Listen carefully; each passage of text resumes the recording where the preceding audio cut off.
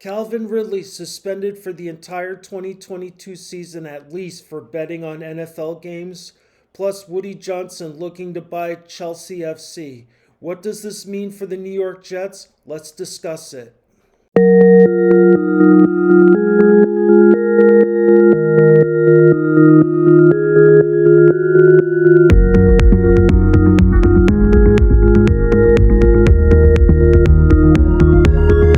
Welcome back, family. If you're new to this channel, please consider subscribing. You can follow me at social media at Straight 100 Jets. And I love hearing from you guys, love getting comments and continuing discussion about everything New York Jets. So the NFL announced yesterday that Calvin Ridley was going to be suspended for at least the entire 2022 season for betting on football, which is really interesting. And I bring up this tweet from Nick Looney, which kind of breaks down how ridiculous that is, versus other crimes that have been committed, more egregious crimes that have been committed by football players, like, say, Ray Rice, who only got 2 games for beating his fiancée nearly to death in the hotel elevator. Adrian Peterson got 6 games for felony child abuse. And Greg Hardy got a suspension reduced for 4 games for beating his girlfriend. And Ezekiel Elliott gets 6 games for hitting women, but Calvin Ridley gets 17 games at least for betting on football. And especially since today is International Women's Day, I really wanted to highlight how completely egregious that suspension is compared to the far worse crimes that have been committed by other NFL players. I mean, it's completely ridiculous, and the NFL needs to really look at how it deals its punishments going forward. But with that said, the Jets dodged a major bullet because they were looking to trade for Calvin Ridley, or at least they were rumored to be trading for him, and thankfully this came up so that doesn't happen. So the Jets dodged a major bullet because obviously something's wrong with him, and he's clearly not thinking. It's pretty much laid out in the law of the NFL that gambling is prohibited, and with that $1,500 that he spent betting on games, he just cost himself $11 million. So,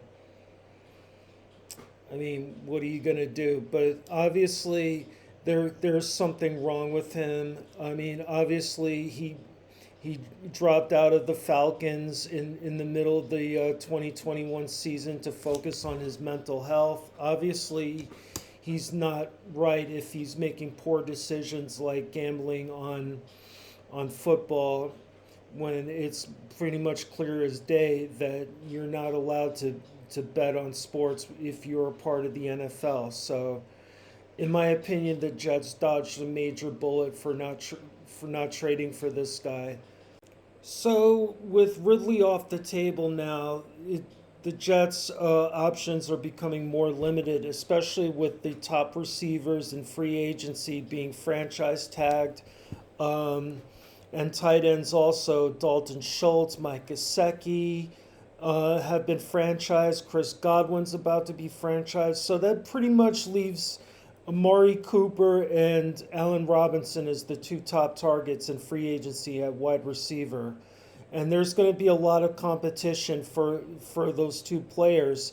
And if the Jets only option for me is to give up a draft pick before, and trade for them before they hit free agency in the case of Amari Cooper, because those 2 receivers are going to probably want to go to teams that have a better chance of winning a championship, or if in Allen Robinson's case, he's given a 1-year deal, he's going to want to be in a better situation than what the Jets are providing for. So the Jets are pretty much handcuffed right now as far as that goes.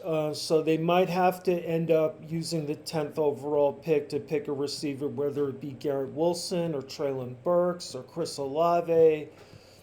Um, it remains to be seen, but it looks like the Jets are probably going to have to look at other options and fill holes at other positions before they look at wide receiver, because it's pretty much Allen Robinson and Amari Cooper and everybody else, and the options after those two receivers are not that great in my opinion. So they're probably going to have to focus on the draft to get an elite wide receiver.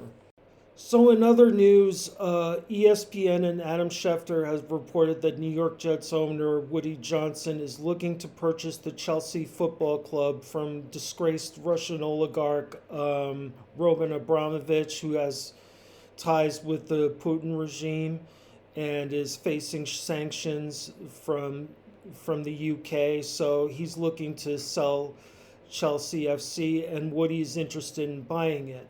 Now, as I've made clear in past videos, I'm absolutely not a fan of Woody Johnson, as of most Jets fans aren't a fan of Woody either. I've made no secret that he's incompetent, that he doesn't give a shit about winning, he doesn't give a shit about the fans, that he's only just looking for profits. And I think trying to acquire Chelsea goes right along those lines. So is that he's looking to further enrich himself. I mean, as far as I'm concerned, he can go stay in the UK for the rest of his life and hopefully not deal with the Jets anymore. But this brings up an interesting problem, because the Premier League plays its season during NFL season, and it obviously creates a conflict of interest. So does it mean that Chris, God forbid, takes over again? Does it mean he would have to sell the team, which would be the best case scenario? So it's really interesting, and I think this is a new development that the Jets fans should keep an eye on, because this could have big impacts on where the Jets go for the next few years. So I think it's important to keep an eye on that situation. So what do you guys think? Let me know in the comments. What other options can the Jets look into at wide receiver? What do you think about the news about Woody looking to purchase Chelsea? Let me know in the comments, and have a great day. Before I go, I just wanted to say, I know I've been kind of quiet over the past couple of weeks. That's obviously going to change now that free agency is a week away and we got the draft coming up next month. So there's a lot of news to get into. So I'll keep you posted on everything. Have a great day, guys.